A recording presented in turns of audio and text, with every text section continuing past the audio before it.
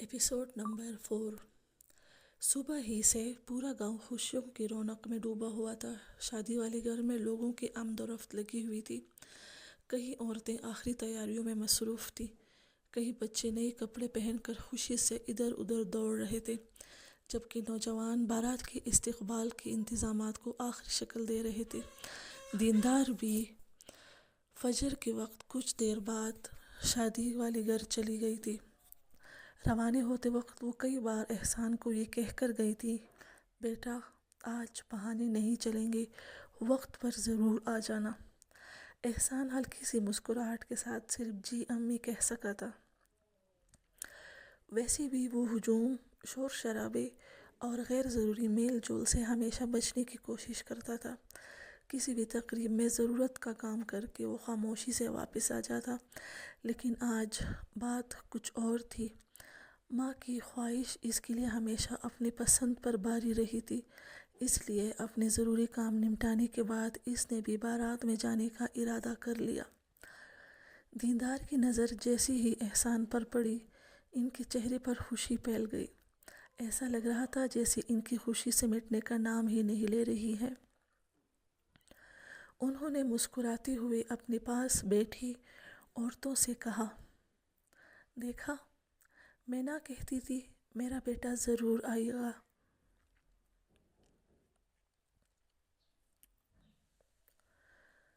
یہ کہتی ہی وہ جلدی سے عورتوں کے درمیان سے اٹھی اور احسان کے پاس آ گئی۔ بہت پیار بھری نظروں سے احسان کو دیکھا۔ انہوں نے محبت بھری نگاہوں سے اپنے بیٹے کو دیکھا۔ نئے کپڑوں میں ملبوس احسان انہیں ہمیشہ سے بھی زیادہ وجیح لگ رہا تھا۔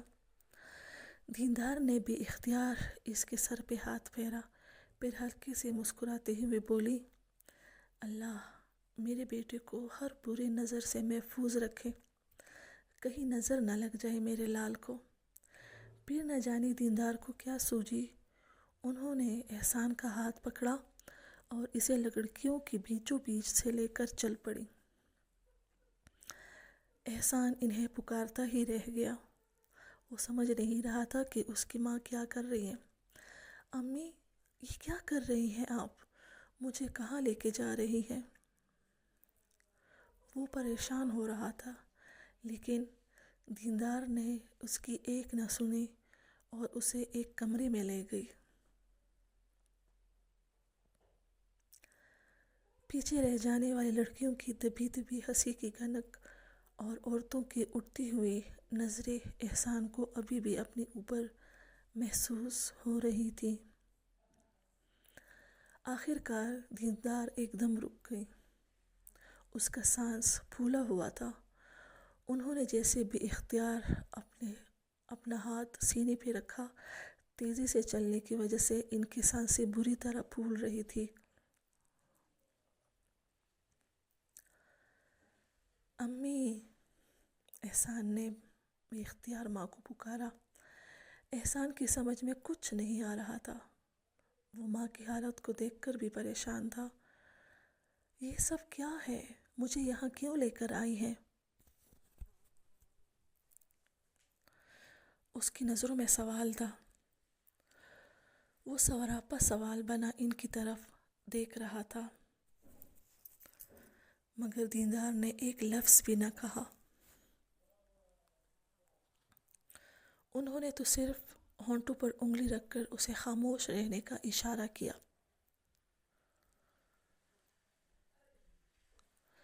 احسان کی دل کی دھڑکن بے اختیار تیز ہو گئی۔ وہ بالکل نہیں سمجھ رہا تھا کہ کیا ہو رہا ہے۔ آخر ایسی کیا بات تھی جس کے لیے امی اسے سب کی نظروں سے بچاتے ہوئے یہاں لے آئی تھیں؟ امی، وہ سراپا سوال تھا۔ احسان نے گھبرا کر ان کی طرف دیکھا۔ خیریت تو ہے نا امی؟ کیا ہوا ہے؟ سب ٹھیک تو ہے نا؟ وہ ایک دم پریشان ہو گیا تھا۔ دیندار نے ہلکی سی مسکراہٹ کے ساتھ کہا، سب ٹھیک ہے، سب خیریت ہے بھائی۔ پھر ذرا قریب ہو کر آہستہ سے بولی، بس ذرا یہ بتاؤ، تم نے لڑکیوں کو دیکھ لیا؟ لڑکیوں کو؟ احسان نے حیرت سے پلکیں چپ کی۔ لڑکیاں امی؟ کون سی لڑکیاں؟ وہ سراپا سوال بنا کھڑا تھا۔ اسے کچھ سمجھ نہیں آ رہا تھا کہ آخر اماں کیا کہنا چاہتی ہے اور کیا کہنا چاہ رہی ہے۔ او ہو بھئی! دیندار نے ہلکی سی خفگی سے اس کی طرف دیکھا۔ یہ ساری لڑکیاں نہیں دیکھی جن کی بیچوں بیچ میں تمہیں لے کر آئی ہوں؟ ان میں سے کوئی ایک بھی پسند نہیں آئی؟ وہ ذرا مایوس سی ہو گئی۔ احسان چند لمحے انہیں خاموشی سے دیکھتا رہ گیا۔ اسے سمجھ ہی نہیں آ رہی تھی کہ ماں کی اس اچانک حرکت پر وہ حیران ہو، شرمائے یا انہیں کیا جواب دے۔ امی جان! احسان نے امی کو دونوں کندھوں سے پکڑا، پھر حیرت سے اس کی طرف دیکھا۔ آپ صرف اس لیے مجھے لڑکیوں کی بیچوں بیچ گھسیٹ کر لے کر آئی تھیں؟ اس نے آہستہ سے سر پکڑ لیا۔ پتہ نہیں سب میرے بارے میں کیا سوچ رہے ہوں گے۔ اب وہ شرمندہ اور پریشان نظر آ رہا تھا۔ وہ بے بسی سے بولا، اور یہ بھی کوئی موقع ہے لڑکیاں پسند کرنے کا امی؟ ابھی تو اس بات میں بہت وقت ہے۔ احسان سمجھ نہیں پا رہا تھا کہ ماں کو کیا جواب دے۔ یہ سب اس کے لیے بالکل غیر متوقع تھا۔ دیندار نے ہلکی سی خفگی سے اسے دیکھا۔ لو، یہ بھی کوئی بات ہوئی؟ پھر بڑی اطمینان سے بولی، چاہیے آج ہو یا چند سال بعد ہو، بہو تو میں نے یہی سے چننی ہے نا، یہی میرے لوگ ہیں۔ یہ کہہ کر انہوں نے مسکراہٹ سے احسان کی طرف دیکھا، جبکہ احسان ابھی تک حیرت اور شرمندگی کے درمیان کھڑا سمجھنے کی کوشش کر رہا تھا کہ آخر اس کی ماں کے ذہن میں کیا چل رہا ہے۔ لیکن امی یہ سب… وہ پریشان تھا، مکمل پریشان تھا۔ احسان نے بے بسی سے کہا،